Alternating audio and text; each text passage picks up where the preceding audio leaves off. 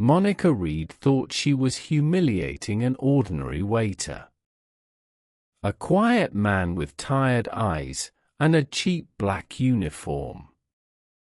But by the next morning, she would discover that the man she insulted in front of Chicago's elite wasn't a waiter at all.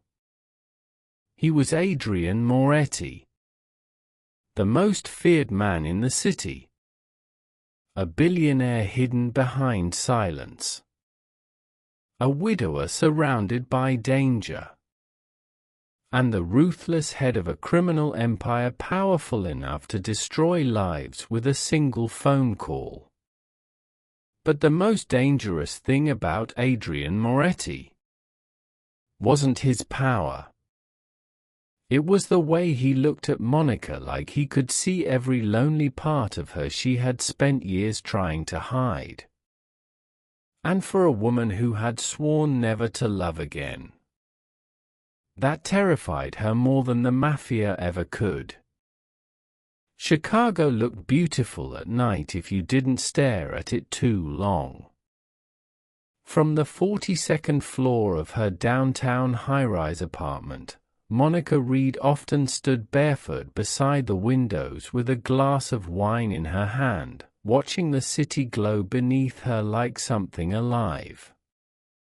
The traffic lights, the rain on the streets, the endless movement of people rushing toward lives that seemed fuller than hers.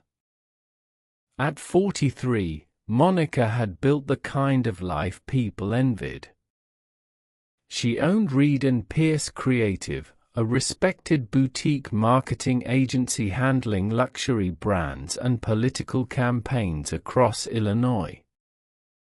Her clients trusted her because Monica was composed under pressure. Efficient. Elegant. Untouchable. Every morning she woke at 5:30. Gym by 6. Coffee by 7. Meetings by 8:30. Her wardrobe was organized by color. Her kitchen spotless. Her schedule precise.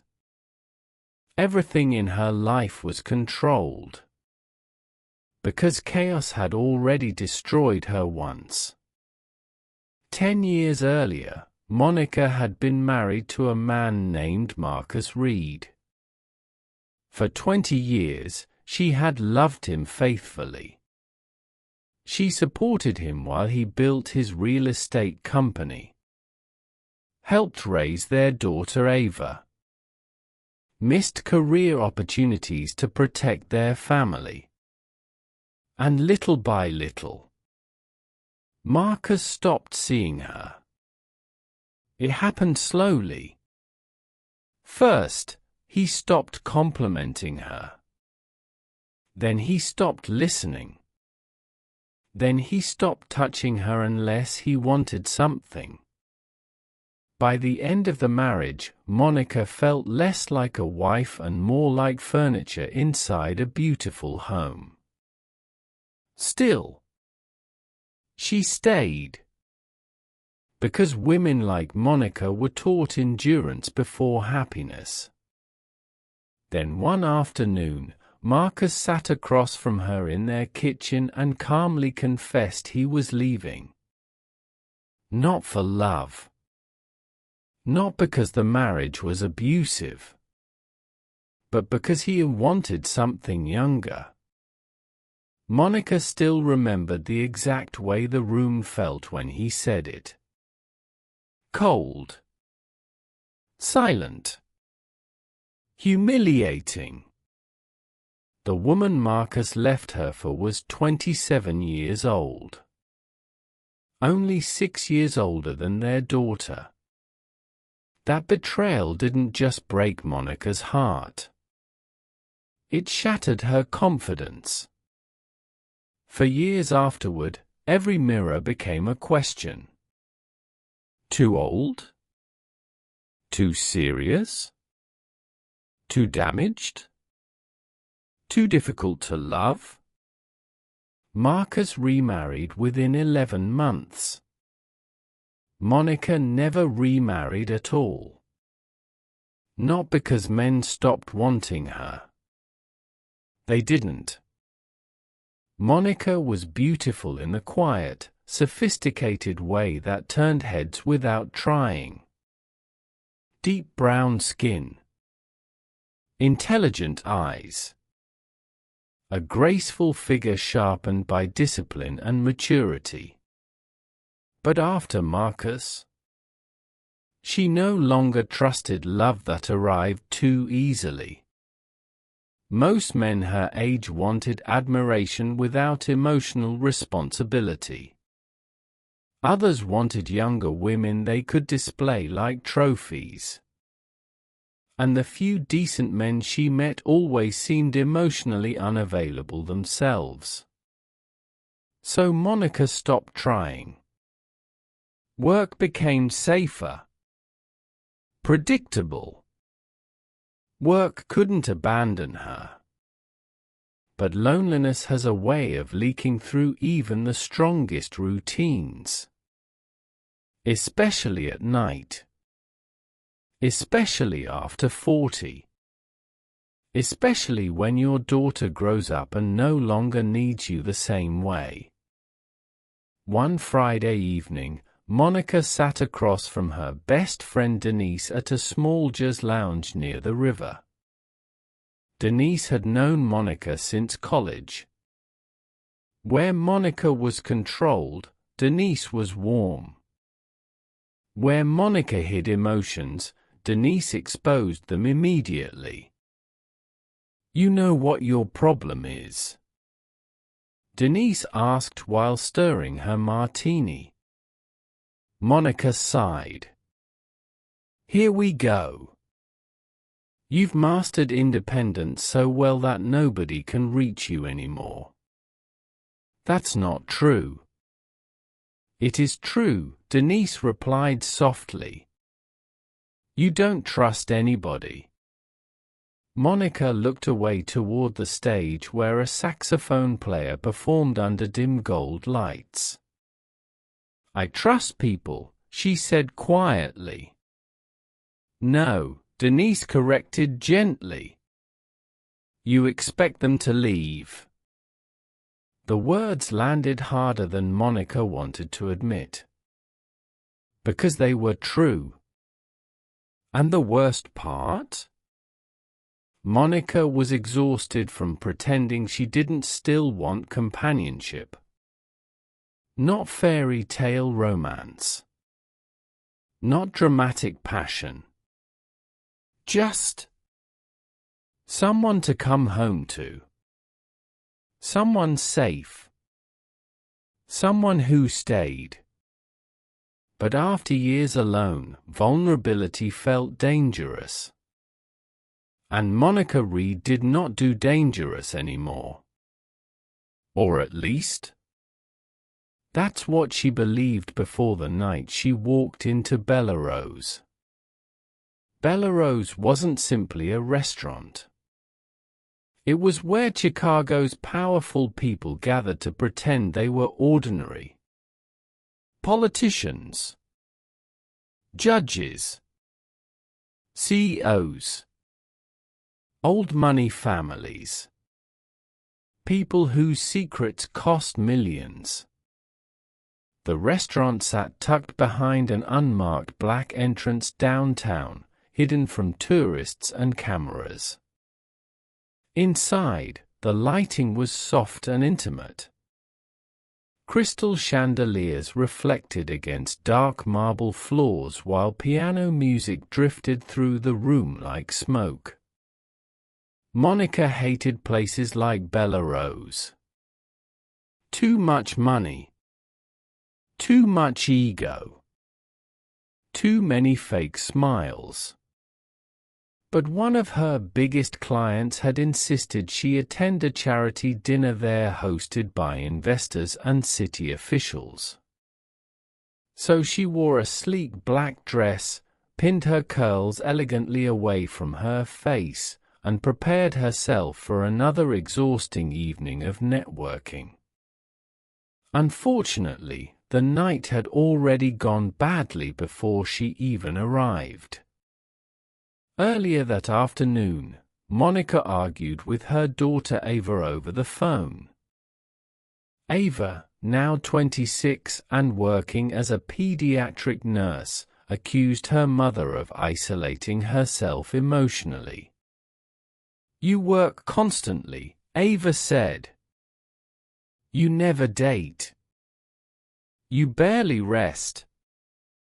"I'm fine," Monica answered automatically. "That's the problem," Ava replied. "You always say that." The conversation ended awkwardly. And by the time Monica entered Bellerose that evening, she was already emotionally drained. That was when she noticed him. The waiter. He stood near the back of the restaurant pouring wine with calm, controlled movements. Unlike the younger staff rushing nervously between wealthy guests, this man seemed completely unbothered by the room around him. He looked older. Late 40s. Maybe 50. Tall. Broad shoulders. Dark suit perfectly fitted despite its simplicity. But it was his face that unsettled her. There was something restrained in his expression. Something disciplined. His eyes were sharp but tired, like a man who had lived through things he never discussed. And somehow, he carried himself less like a waiter and more like someone accustomed to being obeyed. Their eyes met briefly. Not flirtatiously. Not warmly. Just directly. Then he walked toward her table. "Good evening," he said calmly. His voice was deep. Smooth. Controlled. "Sparkling water," Monica said distractedly while checking her phone. He nodded once. No smile. No small talk. And for reasons she couldn't explain. That irritated her. Throughout the evening, the strange tension between them continued growing in small ways. When Monica reached for the wrong wine glass during dinner service, he quietly adjusted it without explanation. When another guest shattered a plate nearby, he removed the broken pieces before anyone noticed the danger. Every movement was calm. Precise. Intentional. But Monica interpreted his silence as arrogance. At one point during dessert service, she muttered under her breath to another guest, "This place is overrated." The waiter heard her. Of course he did. But instead of reacting emotionally, he simply replied, "Some things aren't always what they appear to be." Monica looked up sharply. Something about his tone bothered her. Who was this man to speak to her like that? The frustration from her argument with Ava. The stress from work. The loneliness she spent years suppressing. It all sat inside her heavier than usual that night. And then came the moment that changed everything. Near the end of the dinner, while serving another table, the waiter accidentally brushed against Monica's chair. It was minor.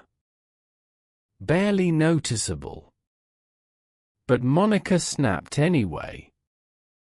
Maybe if you spent less time staring at customers and more time doing your job, she said loudly, this place wouldn't feel so unprofessional.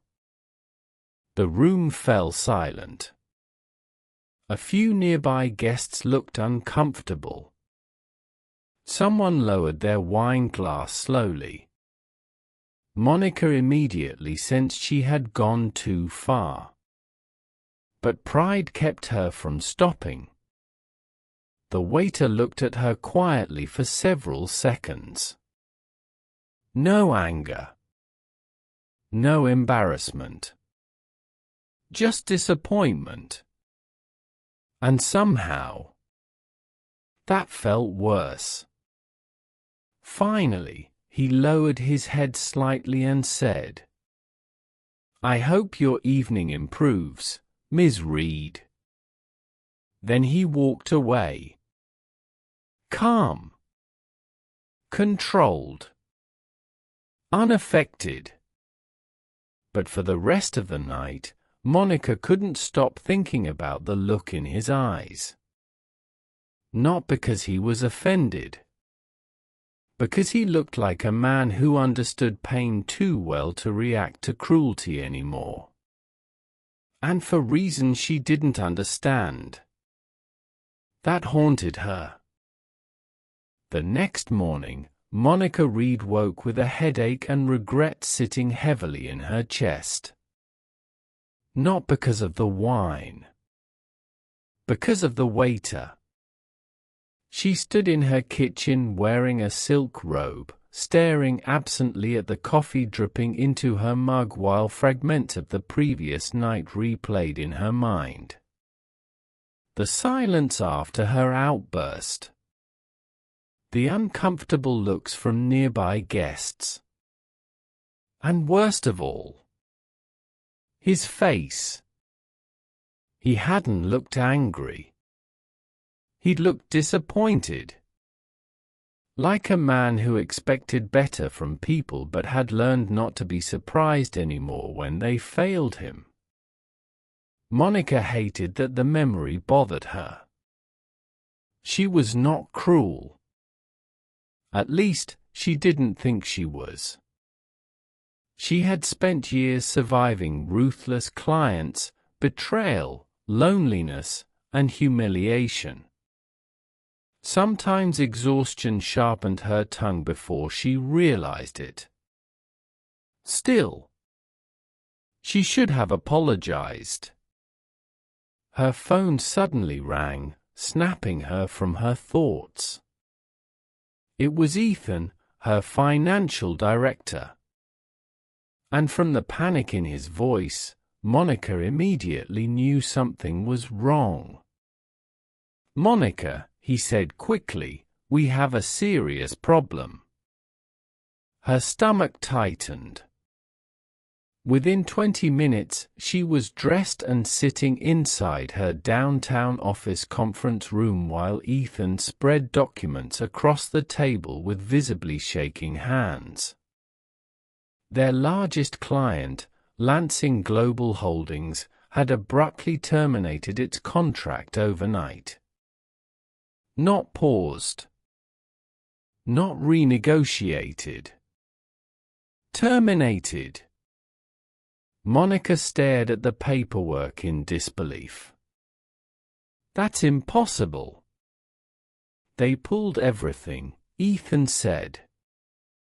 "Every campaign. Every account." "How much exposure?" Ethan hesitated. "Almost 60% of our yearly revenue." The room suddenly felt too small. Too warm. Monica slowly sat down. 60%. Years of work. Payrolls. Employees. Mortgages. Reputations. Everything flashed through her mind at once. "What happened?" she asked quietly. "That's the strange part," Ethan replied. Nobody will explain anything.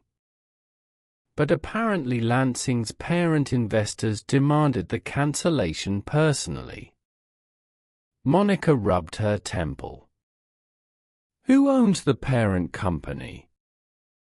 That's another problem, Ethan admitted. Nobody seems to know.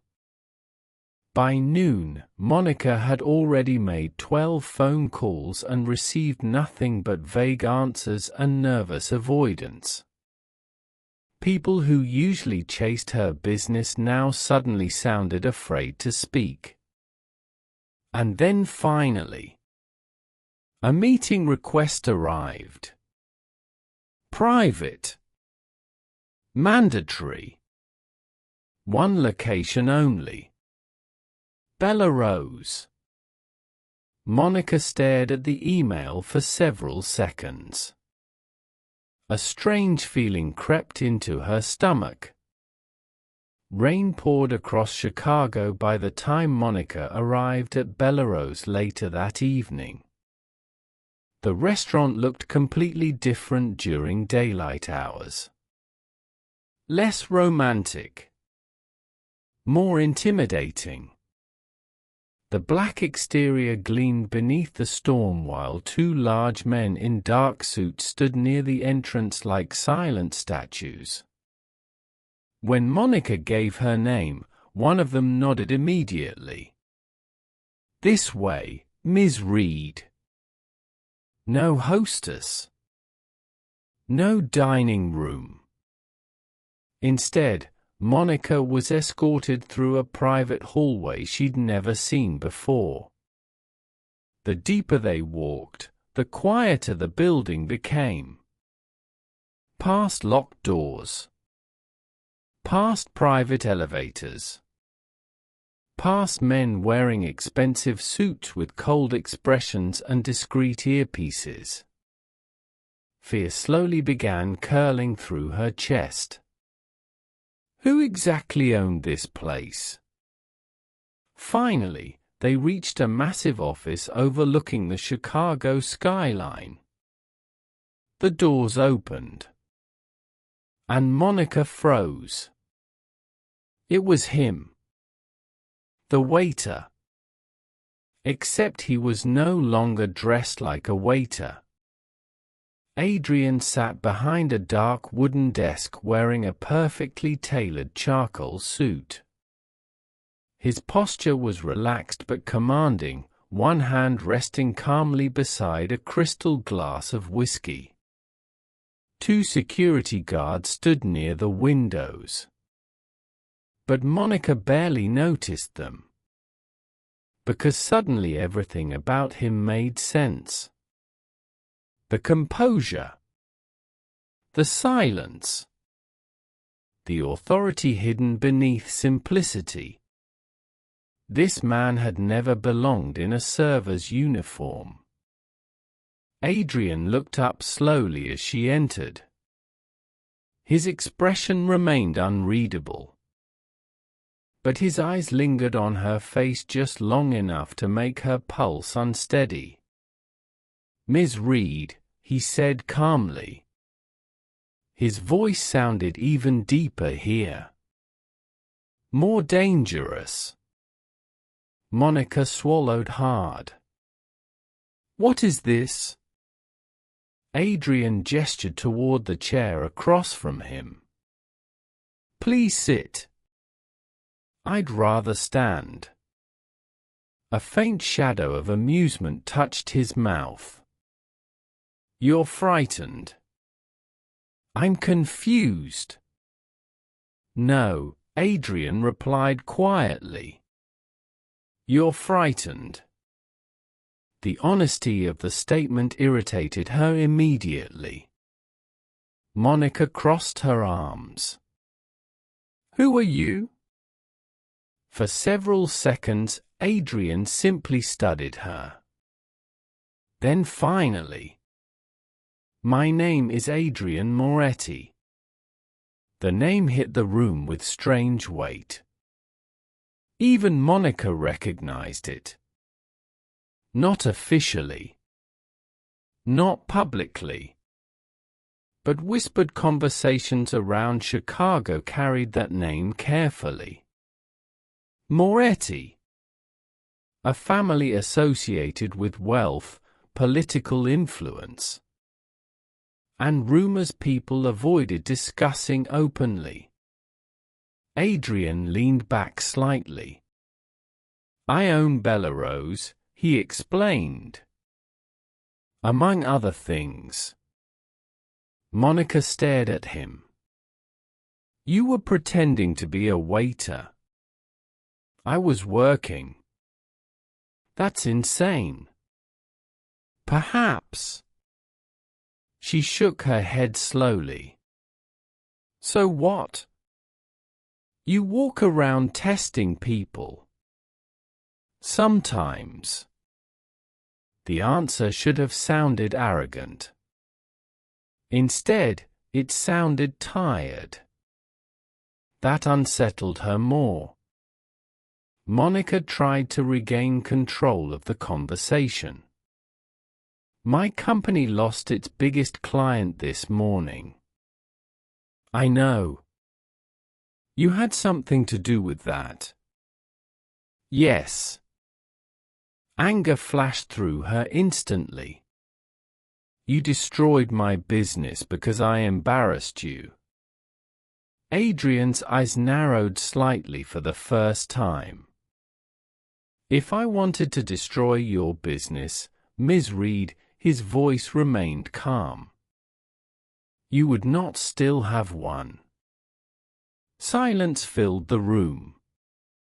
And Monica realized with sudden clarity that he wasn't threatening her. He was stating a fact. A dangerous one. Adrian slid a folder across the desk. Read it. Monica opened the file cautiously. Inside were financial reports, offshore accounts, federal investigation notices, and transaction records connected to Lansing Global Holdings. Her blood slowly ran cold. Money laundering. Illegal transfers. Shell companies. Dozens of them. You were handling marketing campaigns for criminal operations, Adrian explained quietly. Without knowing it. Monica looked up sharply. That's impossible. It's unfortunate, he corrected. Her mind raced. If federal investigators found this, you would have been implicated publicly, Adrian finished. Your company would collapse. Possibly criminal charges while they sorted the details. Monica's chest tightened. You shut them down. Yes. Why? Adrian held her gaze steadily. Because you were rude, he said evenly. Not corrupt. The words landed harder than they should have. Monica looked away first. For the first time in years, she didn't know what to say. Because this man had every reason to humiliate her back. Instead, he protected her. Why? Adrian rose slowly from his chair and walked toward the windows overlooking the rain-covered skyline. Up close, Monica noticed silver threading through his dark hair near his temples. Lines near his eyes. The quiet exhaustion of someone who carried too much responsibility for too long. You judged me very quickly last night, he said without turning around. Monica felt heat rise into her face. I know. But you weren't entirely wrong. She frowned slightly. What does that mean? Adrian glanced toward her. People become dangerous when they have enough power to stop caring about consequences. The room fell quiet again. There was something strange happening beneath the conversation now. Not attraction. Not yet. Something slower. Curiosity. Recognition. Like two lonely people unexpectedly seeing pieces of themselves in someone they never intended to notice. Monica closed the folder carefully. You could have reported me to federal investigators. I could have. But you didn't. No. Why? Adrian looked at her for a long moment before answering. Because I know what it looks like when someone is trying very hard to survive. The words hit somewhere deep inside her chest. And suddenly Monica felt exposed in a way she hadn't expected. Not physically. Emotionally. She changed the subject quickly. You said you own Bella Rosa among other things. A faint smile touched his face again. You don't want the full answer. That bad. Worse. Strangely. Instead of frightening her away, his honesty pulled her closer. Because Monica had spent years surrounded by polished lies. Men pretending to be better than they were. Successful people hiding cruelty beneath charm. But Adrian? He made no effort to appear harmless. And somehow that made him feel more trustworthy than anyone she'd met in years. Over the next several weeks, Monica kept encountering Adrian unexpectedly. At first, she assumed it was coincidence. Then she realized men like Adrian Moretti probably didn't believe in coincidence. One afternoon, her struggling agency suddenly received 3 lucrative replacement contracts from anonymous investors. Another evening, a supplier threatening legal action abruptly withdrew their case after a mysterious phone call. Every trail somehow led back to Adrian. At first, Monica resisted his help fiercely. I don't need rescuing, she told him during one tense dinner meeting at Bella Rose. Adrian calmly sipped his whiskey. I know. Then stop solving my problems. I'm solving complications, he corrected. There's a difference. You control everything around you, don't you? His eyes darkened slightly. No, he said quietly. Only the things I can't afford to lose. The words lingered between them longer than either expected. Because suddenly the conversation no longer felt professional. It felt personal. Their connection deepened slowly after that. Not through dramatic romance. Through small moments. Quiet moments. The kind mature adults notice because they understand how rare genuine comfort becomes later in life. One evening, Monica arrived at Bella Rose after an exhausting day dealing with lawsuits and budget cuts. She wasn't wearing makeup. Her hair was loosely tied back. For the first time, she looked tired in front of him. Really tired. Adrian noticed immediately.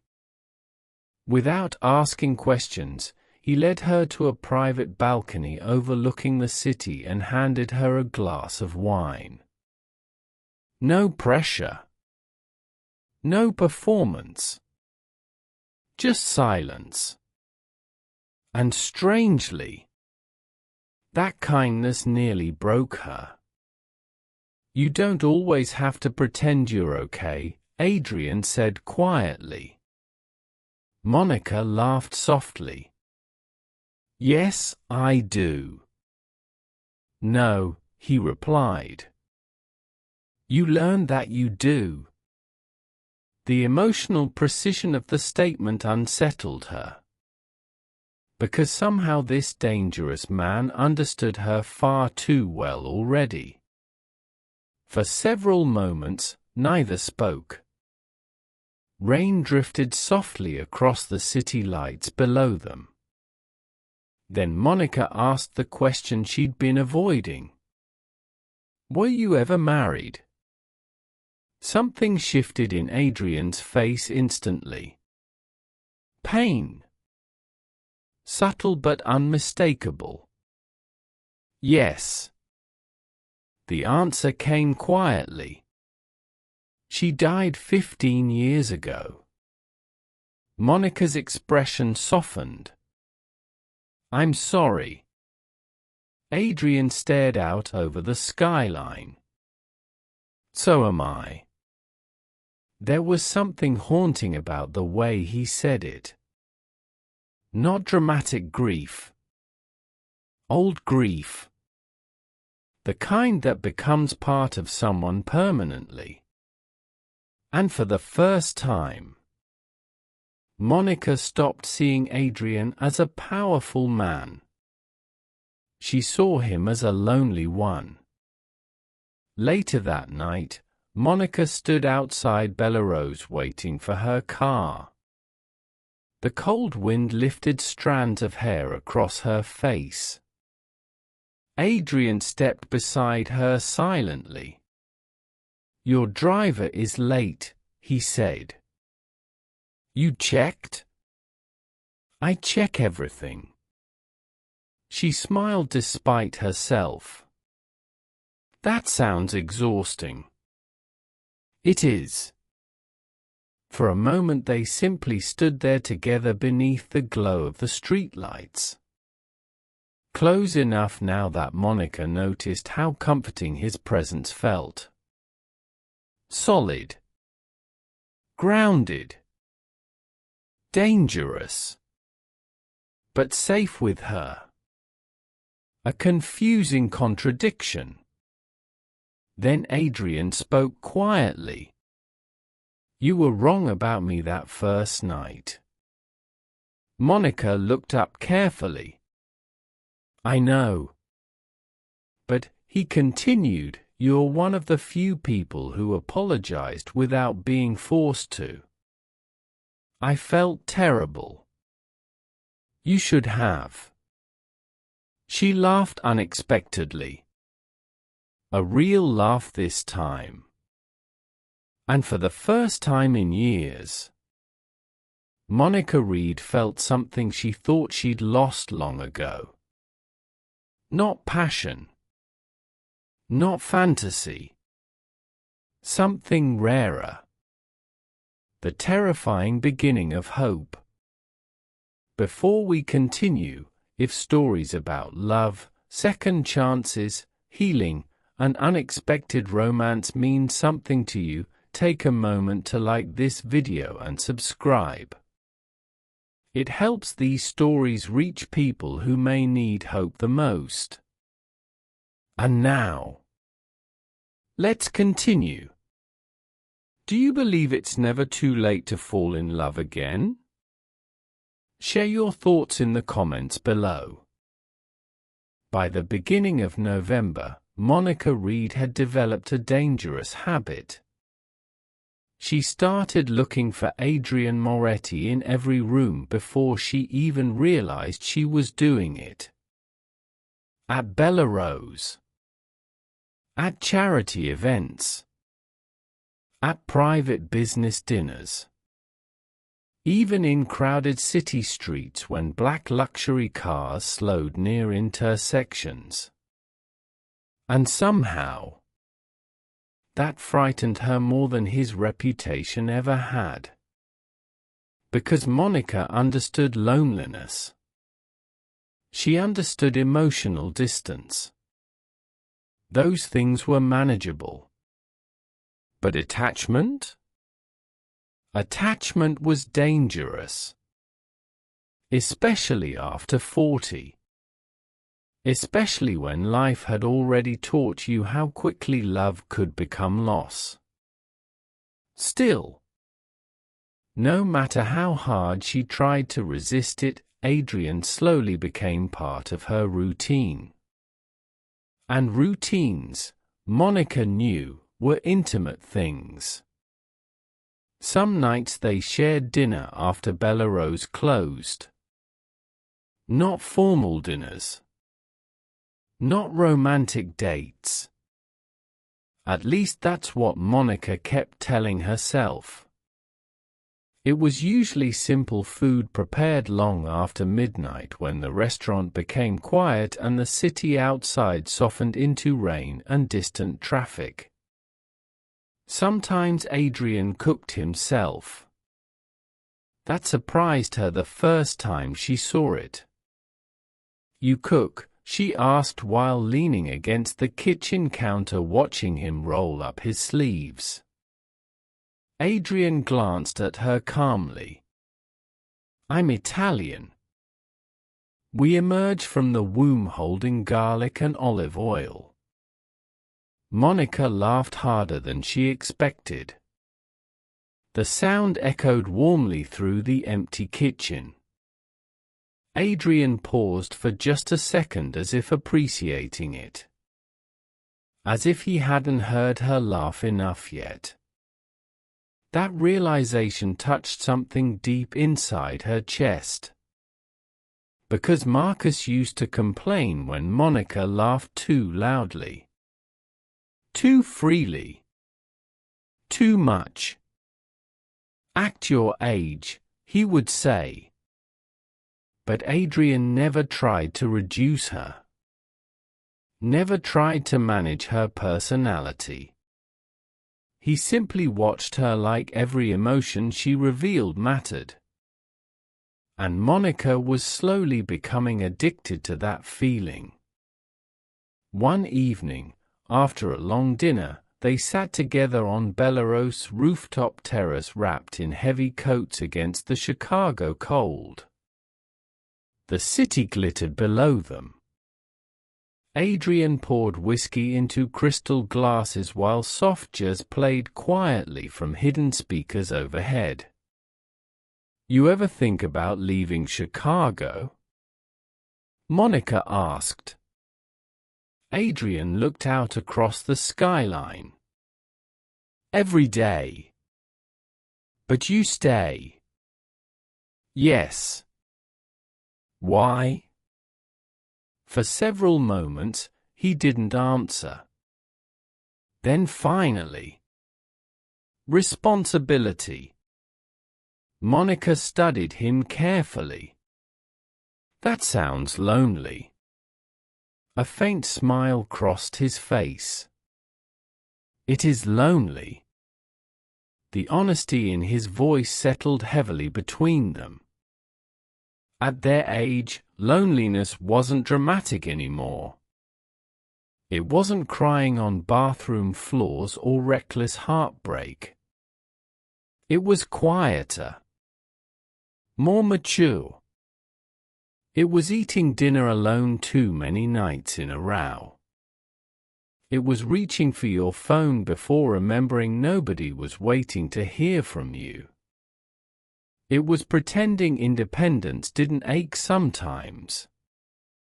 Monica understood that kind of loneliness intimately.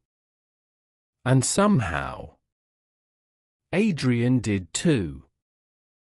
Over time, their conversations deepened. They stopped discussing business. Stopped performing emotional politeness. Instead, they talked about the things people only reveal when trust begins forming slowly. Fear, regret, aging, loss. One rainy evening, Monica admitted something she had never confessed aloud before. "I don't think my divorce broke my heart," she said quietly while staring into her wine glass. Adrian listened silently across from her. "I think it broke my confidence." His eyes remained fixed on her. Monica exhaled shakily. "When someone spends years slowly making you feel unwanted," she whispered, "eventually you start believing them." Adrian's jaw tightened almost imperceptibly. "What he did to you was cruel." Monica gave a sad smile. "No. Cruel would have been easier." She looked down. "Marcus made me disappear slowly." "That's worse." For several seconds, Adrian said nothing. Then finally, "You are not easy to overlook, Monica." The words were simple, quiet, but they landed harder than compliments ever could. Because she believed him. And that terrified her. Their emotional closeness became impossible for other people to ignore. Especially Ava. One Sunday afternoon, Monica invited her daughter over for lunch. At first, the conversation stayed light. Work. Hospital stories. Family gossip. But then Ava noticed the change in her mother almost immediately. "You're smiling more lately," Ava observed carefully. Monica tried to hide it. "I'm fine." "There you go again." Monica rolled her eyes. "Please don't start." Ava leaned forward. "Mom, is there someone?" Silence. That silence answered everything. Ava stared at her in disbelief. "Oh my God. There is someone." Monica sighed quietly. "It's complicated." "Who is he?" Monica hesitated too long. And suddenly Ava's expression shifted. Concern. Fear. "You're seeing him, aren't you?" Monica looked away. "That depends on your definition of seeing." "Mom." "Ava." "The Mafia guy?" "Seriously?" "He's not. He's dangerous."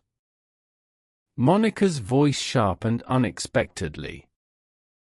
"So was my husband, Ava. Just in a different way." The room went silent. Ava blinked. Because she understood exactly what her mother meant. Marcus never carried guns.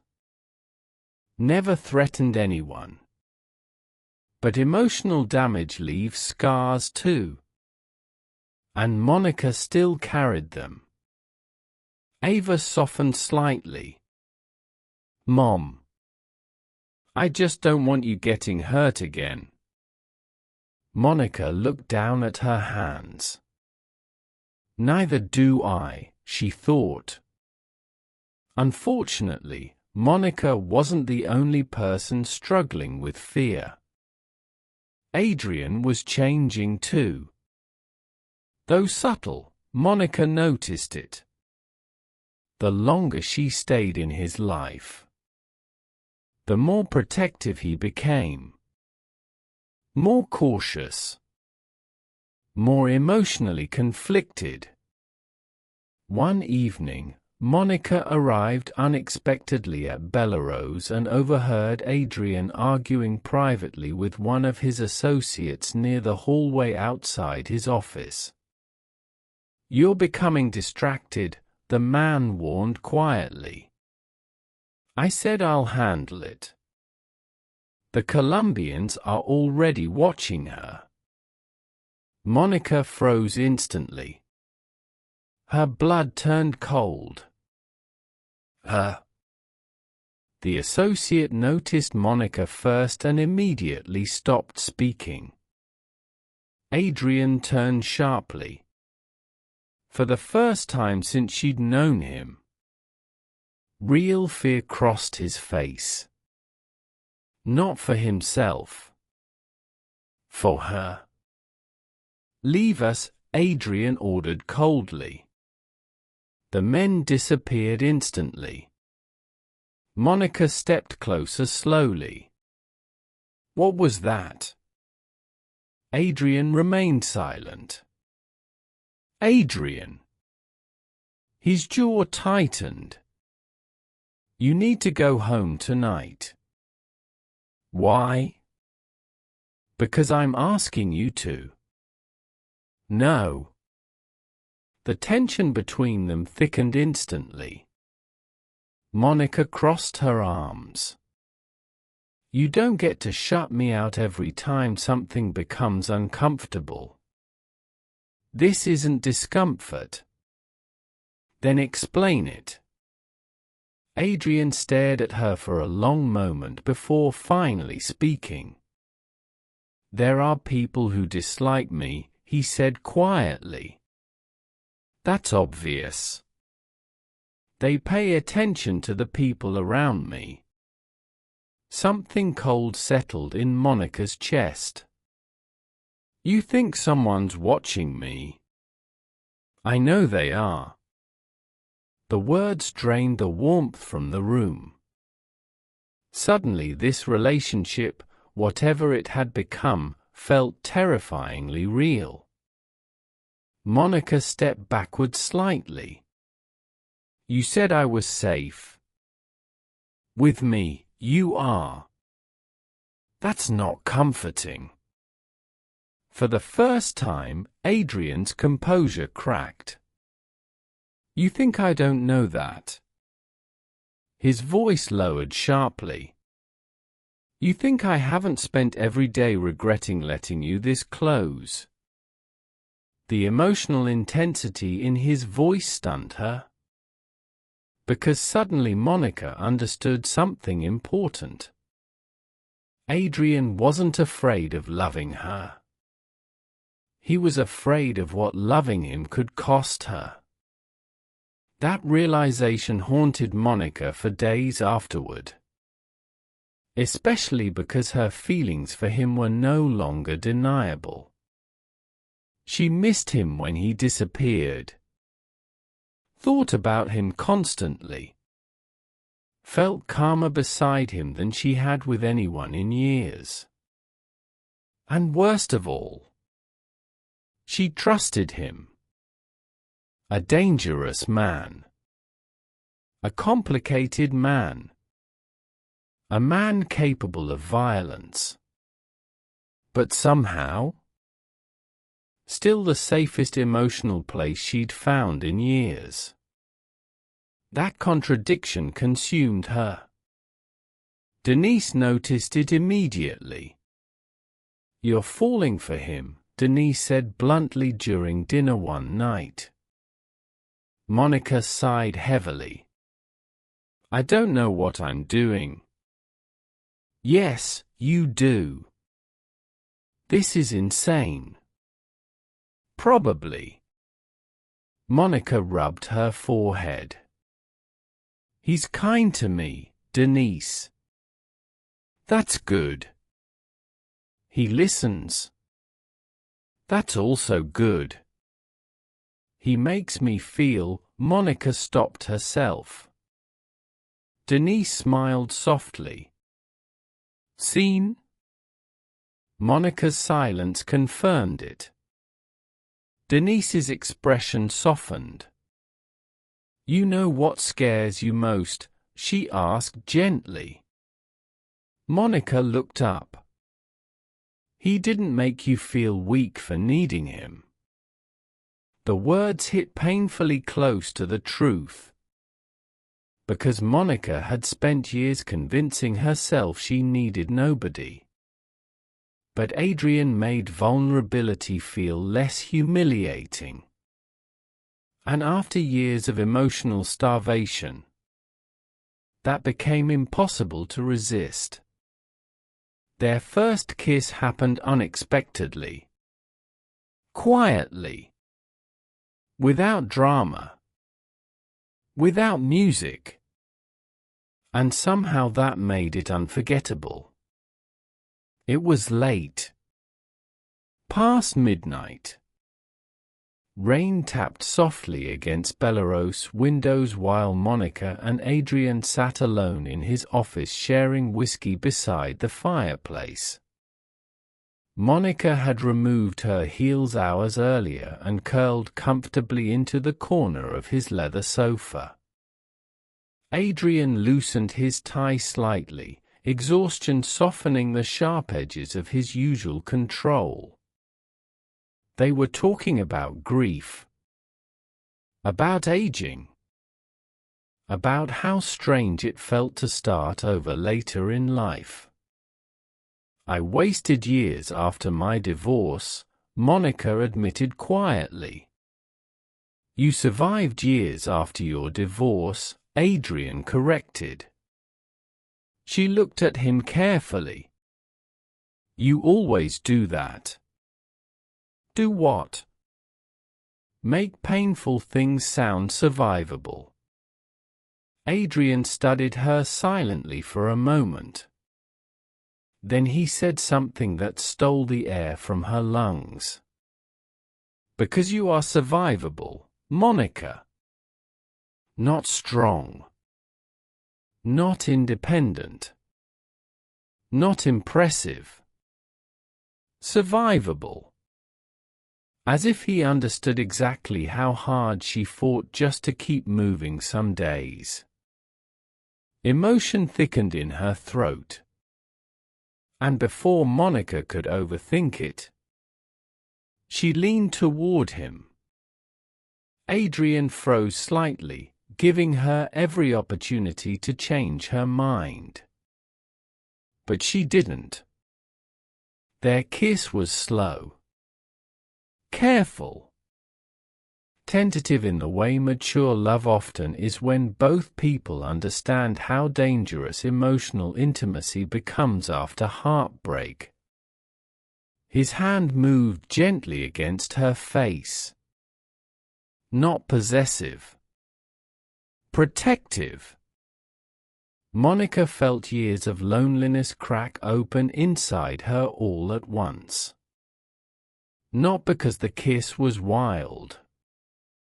Because it felt safe. And safe had become rarer than passion. When they finally pulled apart, neither spoke immediately. Adrian rested his forehead lightly against hers. You should stay away from me, he whispered. Monica's heart tightened painfully. But you don't want me to. His silence answered everything. Would you risk opening your heart again after being deeply hurt? Tell me honestly in the comments below. For a little while, Monica read allowed herself to believe happiness might still be possible after 40. Not perfect happiness. Not fantasy. Just peace. And after years of emotional survival, peace felt almost sacred. The weeks following her first kiss with Adrian changed everything between them. Their relationship remained private, hidden carefully from Chicago society and the dangerous world surrounding Adrian Moretti. But emotionally, nothing about them was casual anymore. Monica started spending evenings at Bellerose after work. Sometimes they shared dinner upstairs in Adrian's private penthouse overlooking the city. Sometimes they simply sat together in silence while jazz music played softly in the background and rain slid across the windows. At their age, intimacy looked different. It wasn't rushed. It wasn't performative. It was slow hands brushing while passing wine glasses. Late-night conversations in bed. Falling asleep beside someone without feeling lonely for the first time in years. And Adrian loved Monica with a gentleness that constantly surprised her. Especially considering the violence attached to his name. One evening, Monica stood barefoot in Adrian's kitchen wearing one of his black dress shirts while he cooked pasta quietly nearby. The atmosphere felt warm. Domestic. Dangerously normal. She watched him carefully. "You know," she said softly, "you're not what I expected." Adrian glanced over his shoulder. "That's because you expected a monster." Monica smiled faintly. "Were you?" He stirred the sauce slowly before answering. "Yes." The honesty in his voice erased her smile instantly. Adrian turned off the stove and leaned against the counter. "When my father died," he explained quietly, "everything became mine overnight. The businesses, the debts, the enemies." Monica listened silently. "I spent years becoming someone people feared because fear kept people alive around me." His eyes darkened slightly. "But eventually, you stop knowing where the performance ends." A sadness settled heavily between them. Monica stepped closer carefully. "And now?" Adrian looked at her for a long moment. "Now I'm tired." The vulnerability in those 3 words nearly broke her heart. Because powerful men rarely admitted exhaustion. And lonely men almost never admitted it aloud. Monica touched his face gently. "You don't have to carry everything alone anymore." For a moment, Adrian closed his eyes against her hand. Like a man starving for softness. Then he kissed her slowly. Deeply. Not with hunger. With emotion. And Monica realized something terrifying in that moment. She loved him. Completely.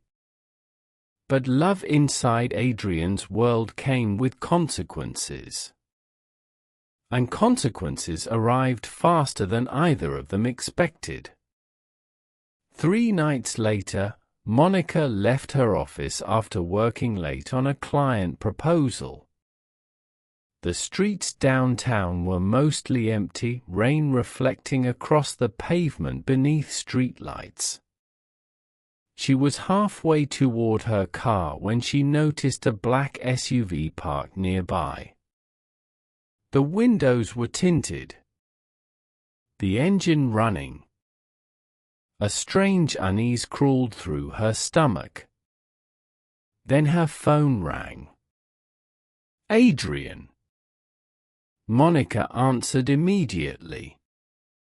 "Hello?" His voice came sharp and urgent. Get back inside your building. Right now. Fear shot through her instantly. Adrian. Do not walk to your car. The SUV doors suddenly opened. Two men stepped out. Monica's blood froze. Monica, Adrian said calmly despite the tension underneath, look at me carefully. Go back inside. Do not run. Her heels clicked rapidly against the sidewalk as panic climbed into her chest. One of the men started toward her. Then suddenly, tires screamed across the street. Three black sedans appeared almost instantly, cutting between Monica and the SUV. Men in dark suits exited within seconds. Weapons drawn. The entire street erupted into chaos.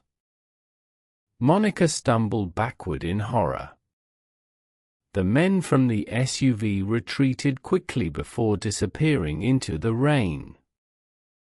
And through all of it, Adrian's voice never left her ear.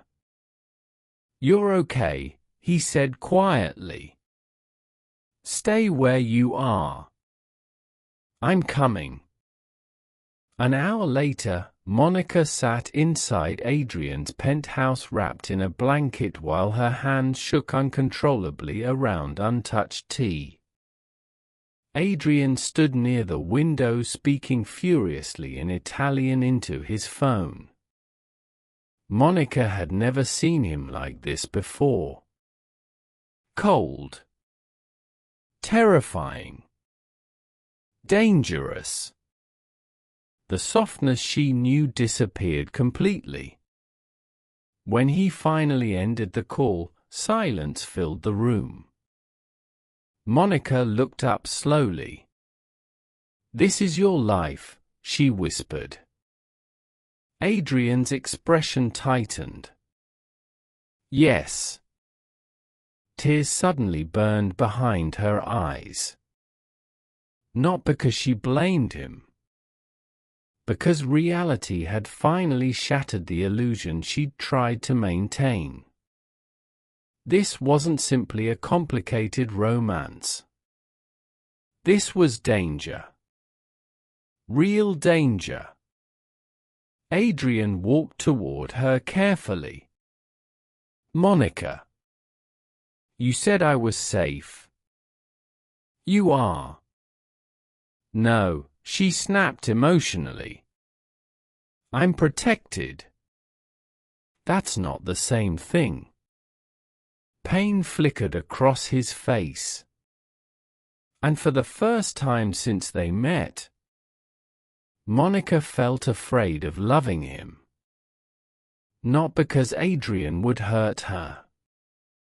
Because the world around him could. Adrian knelt slowly in front of her.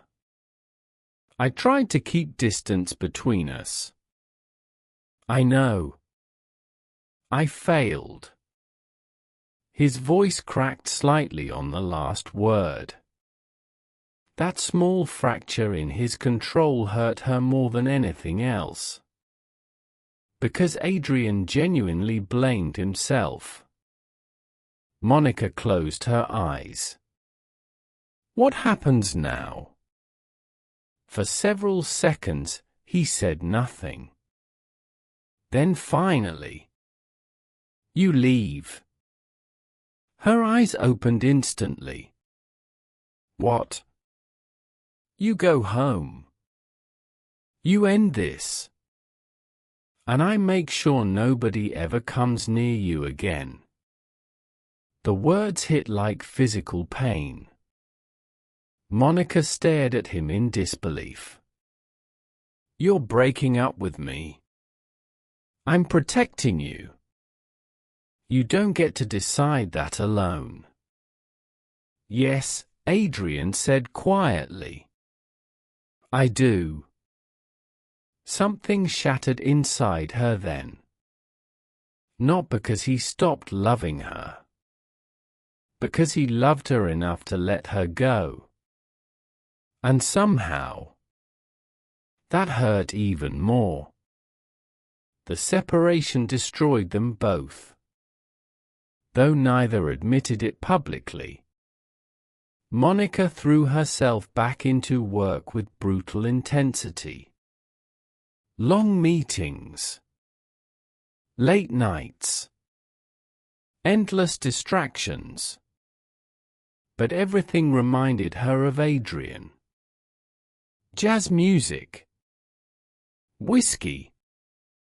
Rain against windows. Silence at dinner tables. Loneliness returned harder now because she finally understood what emotional safety felt like before losing it again. Even Ava noticed the change. One evening, Monica sat silently on her couch staring at the city skyline while untouched food rested beside her. Ava sat carefully nearby. "You miss him." Monica laughed bitterly. "That obvious. You look heartbroken." The words nearly made Monica cry. Because heartbreak at 43 felt different than heartbreak at 23. At 23, heartbreak felt dramatic. At 43, it felt exhausting. Like grieving hope itself. Monica rubbed her eyes tiredly. "He pushed me away to protect me." Ava remained quiet. Then softly, "That doesn't mean he stopped loving you." Monica looked down. "That's the problem." Meanwhile, Adrian became colder after Monica left. More violent. More emotionally withdrawn. Bellaro's staff noticed immediately. His associates feared him again. The softness Monica awakened disappeared almost overnight. One evening, Adrian sat alone inside his office staring at Monica's forgotten wine glass still resting on a shelf nearby. For 15 years after his wife's death, he survived by refusing emotional attachment. Then Monica arrived.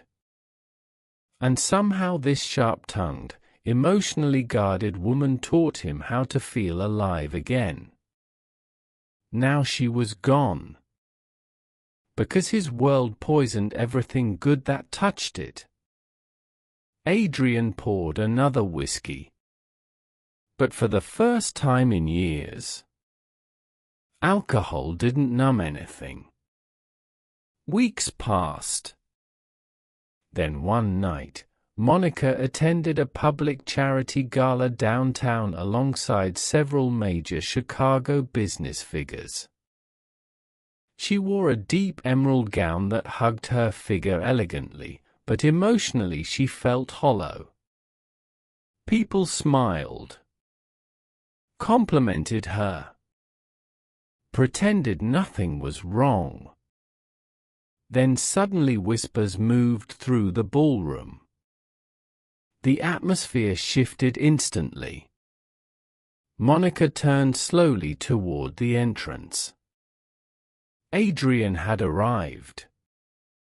The room reacted to him immediately. Power moved when he entered spaces. Politicians straightened nervously. Businessmen lowered their voices. Women stared. Men avoided eye contact. But Adrian noticed only Monica. And the pain in his eyes nearly destroyed her. For several long seconds, neither moved. Then someone approached Monica quietly. A federal investigator. Ms. Reed, the man said softly, we need to discuss Adrian Moretti. Fear tightened her chest instantly. The investigator lowered his voice further. We believe Moretti may be cooperating against several organized crime operations. If true, his life is in danger. Monica froze. What? He's dismantling parts of his own organization. Her pulse thundered. Why would Adrian do that? Then realization hit instantly. For her.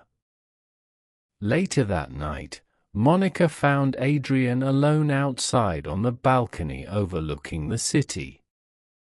Cold wind moved through his dark coat while Chicago glittered below them. He turned slowly as she approached. You shouldn't be here, he said quietly. Monica's eyes filled with emotion. You're destroying your empire. I'm changing it. Why? Adrian stepped closer.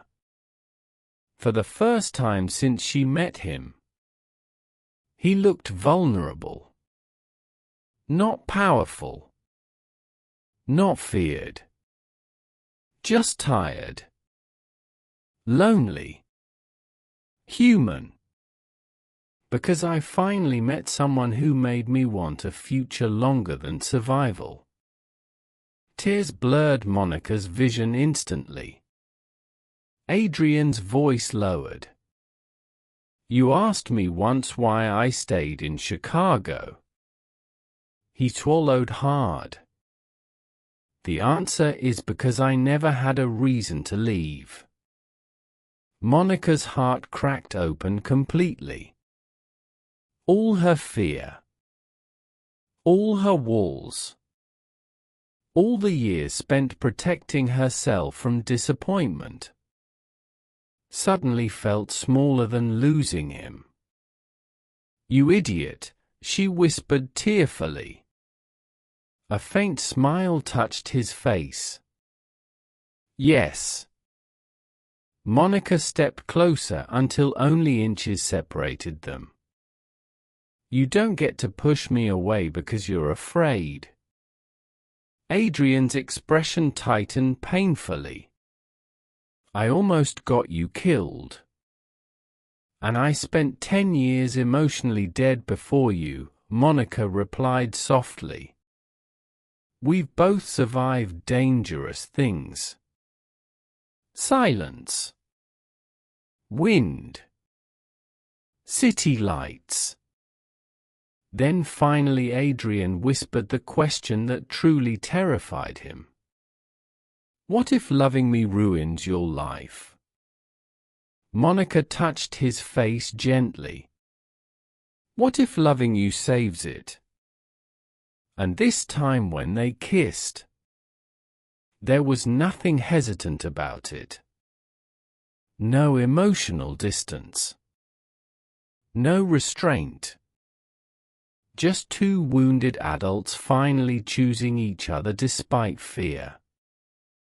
Despite danger. Despite everything. Do you think love should always get a second chance, or are some wounds too deep? Tell me what you believe in the comments below. Spring arrived slowly in Chicago that year. The snow melted from sidewalks. The river thawed. And somehow, so did Monica Reed. 6 months after the night she chose Adrian publicly, her life looked completely different than it had before Bella Rose. Not easier.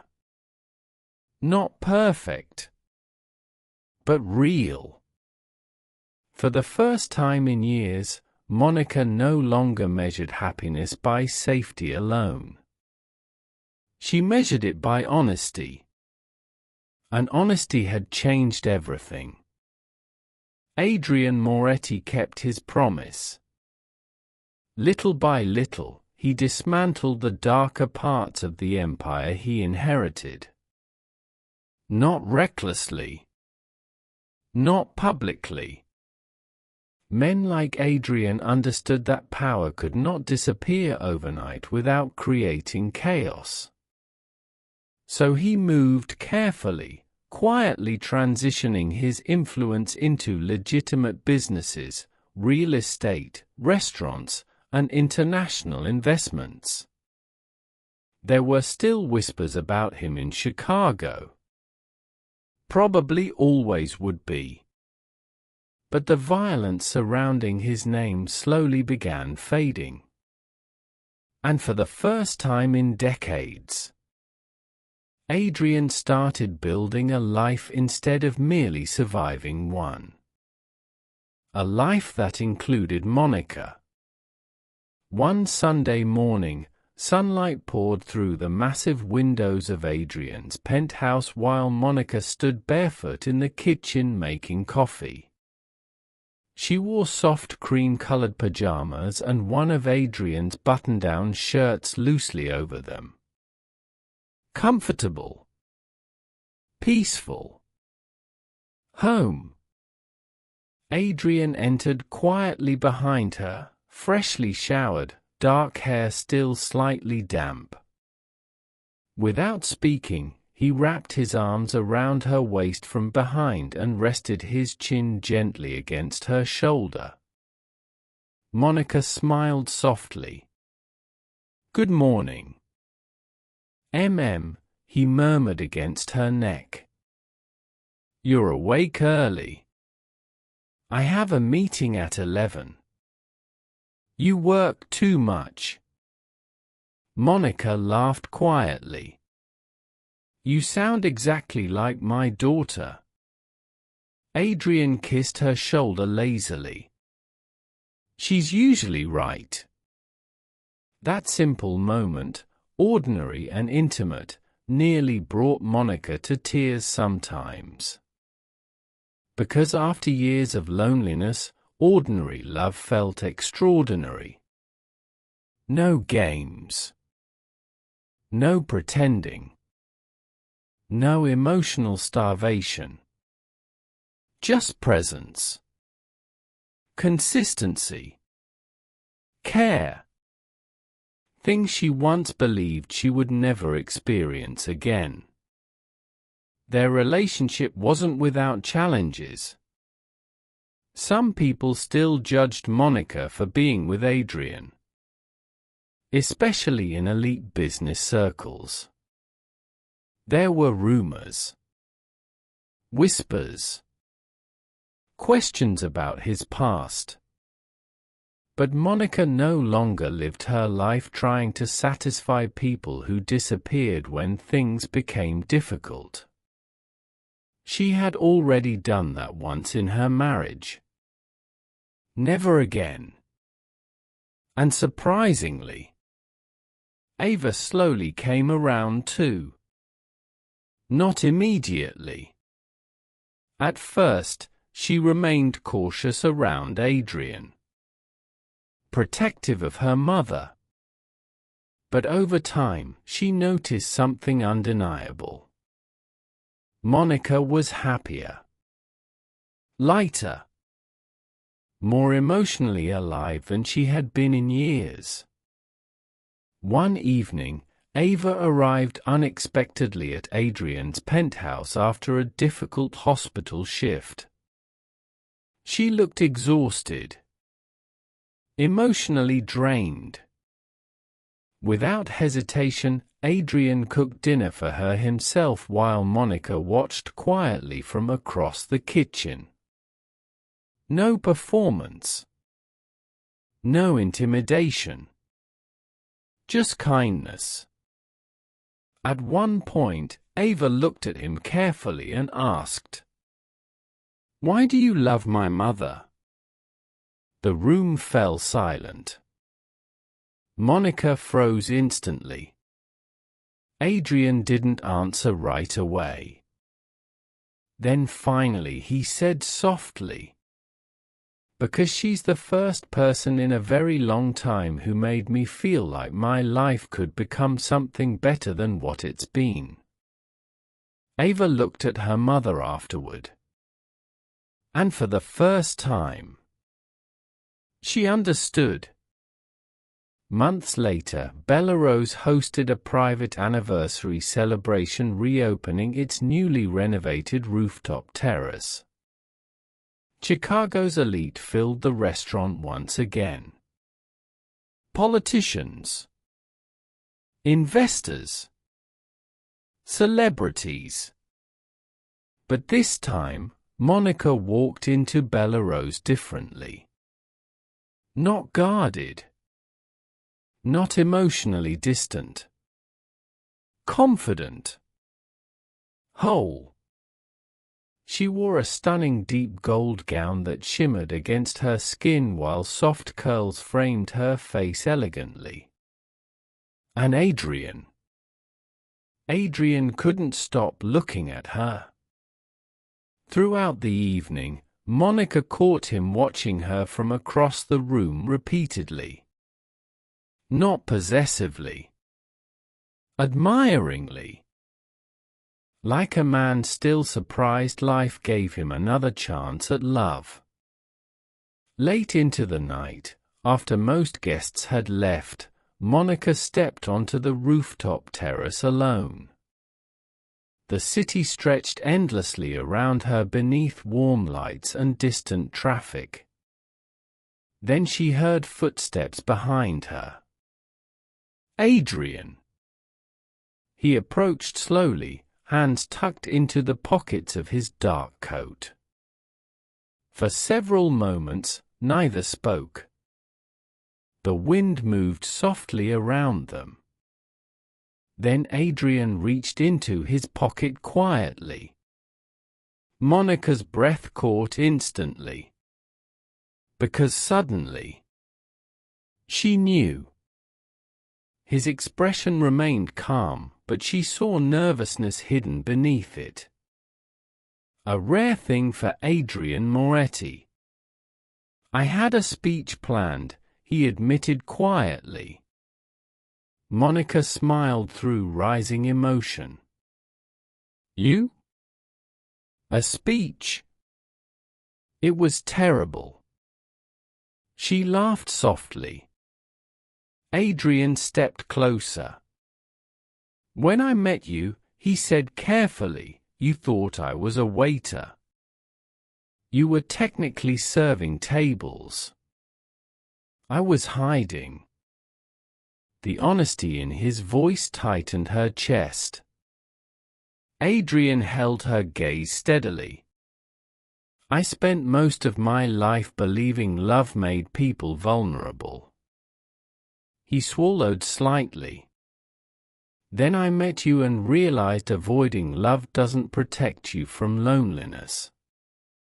Tears filled Monica's eyes instantly. Adrian slowly opened the small black box in his hand. Inside rested a breathtaking emerald-cut diamond ring surrounded by smaller stones. Elegant. Timeless. Sophisticated. Just like her.